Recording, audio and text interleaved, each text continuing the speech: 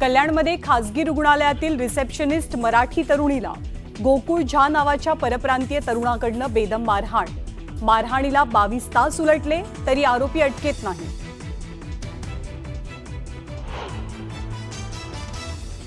परप्रांतीयाच्या मारहाणीत जखमी मुलीची मनसे नेते अविनाश जाधवांनी घेतली भेट। आरोपी गुन्हेगारी प्रवृत्तीचा, पोलिसांना आरोपी सापडत नसेल तर आम्ही शोधू, जाधवांचा इशारा।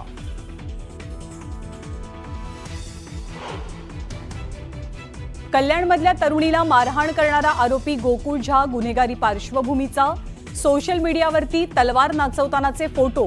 अटकेसाठी मनसेसोबत भाजपही आक्रमक। देवेंद्र फडणवीसांच्या कार्याची गती अफाट। फडणवीसांचे कष्ट पाहून ते थकत कसे नाहीत असा प्रश्न पडतो म्हणत शरद पवारांकडून वाढदिवसाच्या शुभेच्छा, तर उद्धव ठाकरेंचीही फडणवीसांवर स्तुतीसुमनं। रोहित पवारांकडून कोकाटेंचा रमी खेळतानाचा आणखी एक व्हिडिओ ट्विट, तर पत्त्याची कोणती जाहिरात स्किप करण्यासाठी 42 सेकंद लागतात, कोकाटेंना सवाल।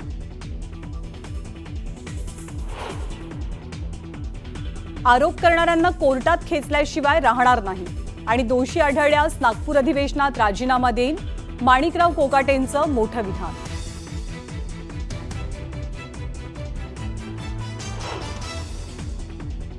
राजीनामा देण्यासारखं नेमकं काय घडलं? आपण कुणाचा विनयभंग केलाय का? कृषी मंत्री कोकाटेंचं राजीनामा न देण्यासंदर्भात मोठं विधान। एकनाथ खडसेंवरती मुलाच्या खुनाचा आरोप असल्याचं गिरीश महाजनांचं विधान।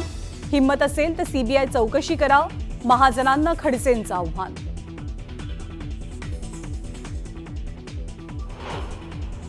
अनिल परब आणि योगेश कदमांमध्ये जुंपली। योगेश कदमांच्या राजीनाम्याची अनिल परबांची मागणी, तर परब यांच्या विरोधात हक्कभंग आणणार, कदमांचा इशारा। उपमुख्यमंत्री एकनाथ शिंदेंनी बोलावली शिवसेना मंत्र्यांची बैठक। मुक्तगिरी निवासस्थानी रात्री 9 वाजता बैठकीचं आयोजन। मंत्र्यांना दिलेल्या जबाबदाऱ्यांचा घेणार आढावा। गडचिरोली जिल्हा आता राज्यातला पहिला जिल्हा म्हणून ओळखला गेल्याशिवाय आपण शांत बसणार नाही, मुख्यमंत्री देवेंद्र फडणवीसांचं गडचिरोलीत आश्वासन।